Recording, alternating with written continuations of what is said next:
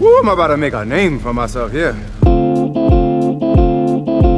Hi guys, welcome back to another video where I take Marvel characters and turn them into their Marvel Rivals counterparts in the form of an MVP animation. A few weeks ago I put out a poll asking you guys who you'd want to see next, and the majority of you voted for Gambit. Just like the last video, I'll be splitting it into 6 different sections, those being the reference, the modeling, the hair, the texturing, the rigging, and the animation. Now, gathering the reference was actually quite simple. I just looked at his designs from his 2 most recent kind of appearances in media. I chose him from Deadpool and Wolverine and X-Men 97. I also made sure to look at his comic book outfits to kind of stay in the lines of his design throughout the whole thing as kind of like my anchor to my entire design process, alongside that Marvel Rivals sort of aesthetic. Once that easy step was done, I was onto all the hard stuff. The modeling stage of the process actually wasn't that difficult, as it was mainly just me piecing together other different character designs and stuff from the pre-existing game. I used this Doctor Strange head again from the last video, and it was a bit different when I started off because it had the Quicksilver shape still, but I chose Moon Knight's torso mesh from the game and retopologized on everything so it would just become one clean mesh that I could animate easily later on, and also create UV on wrap and all that stuff, which is the harder stuff later down the track. I also just modeled some easy armor plates and stuff like that to give him that similar design to what he's like in X-Men 97, but also a little bit similar to what he looks like in Deadpool and Wolverine. And once I had kind of gotten all the basic modeling done, I had a decent character mesh without hair yet, because that is the next stage of the project. With the hair, I didn't necessarily know how to approach it at first, as I knew it would be quite difficult to match it similarly to the game, so I thought, why not look at something that I can get a tutorial from, or just something I can watch on YouTube to get an understanding of how it all works. And that's when I came across this really cool tutorial by this guy called TinyNoki. He's got 2 versions of the tutorial out at the moment, so I'll link both of them in the description. He pretty much talks about how to do the Arcane style hair, and if you don't know what Arcane is, it is an amazing show on Netflix. I highly recommend it if you are interested in animation like at all. I'm surprised I held off for this long for even watching it, but it's so good. And I felt like the hair from Arcane definitely matched closer to the style of Marvel Rivals compared to the last time, where it was just a rip directly from the game, where the hair, it just wasn't optimized at all. And this time creating it by myself really just helped me out a whole lot more.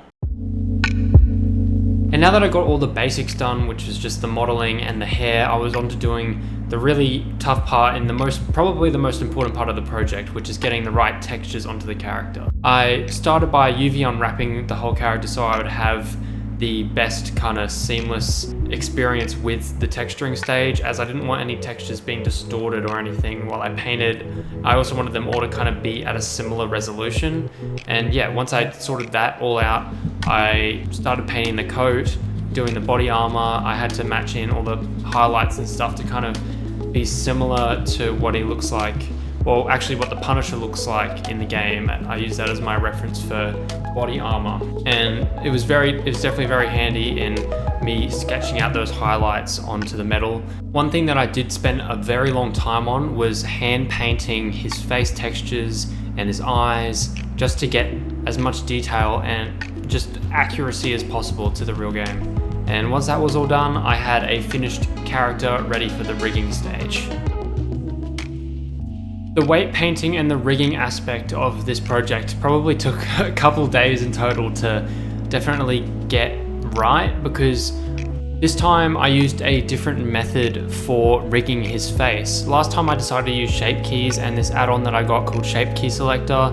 It's very handy, but I feel like the more Blender gets updated, the less it will become like reliable, because it doesn't get updates anymore.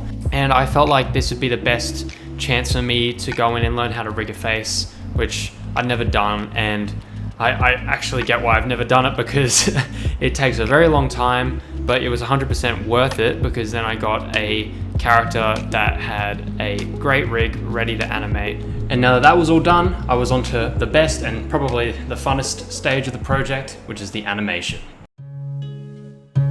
Now for the animation stage, I really just kind of narrowed down and broke it up into these little sections that would make it a whole lot easier for me in the long run.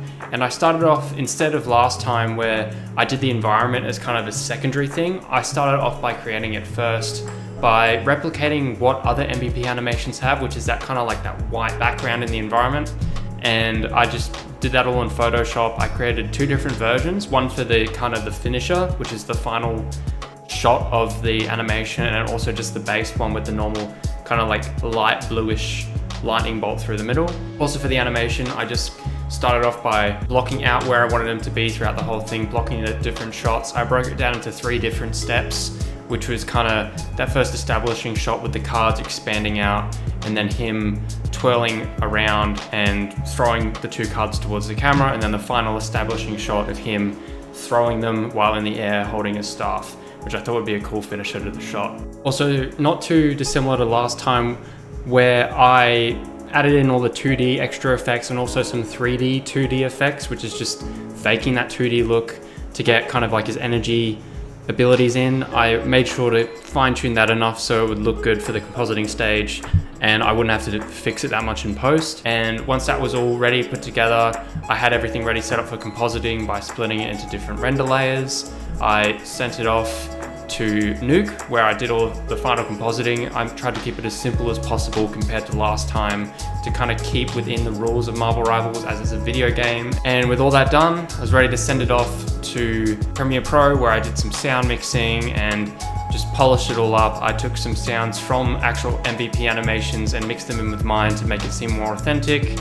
Well guys, after a few weeks of hard work on and off, I've created an MVP animation that I'm pretty happy with. I hope you guys are too. A few weeks ago, I also sent out a little poll to you guys to kind of give me an idea of what class you'd like Gambit to be in the game if he was added, and most of you ended up saying Duelist, which I'm honestly not surprised by.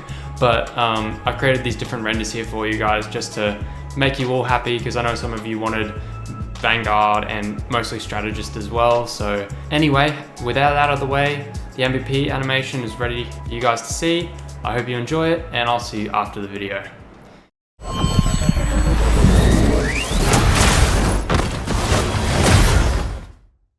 Well guys, there you have it. I hope you enjoyed it. I know it was a bit shorter than last time, but I wanted to keep it as true to the game as I could. If you want to like and subscribe, that'd be greatly appreciated. I've started up my channel membership, which is only a couple dollars a month, and that just gets you early access to new videos and just help support the channel as much as possible. And yeah, well, I guess that's about it, and I'll see you guys next time. Bye.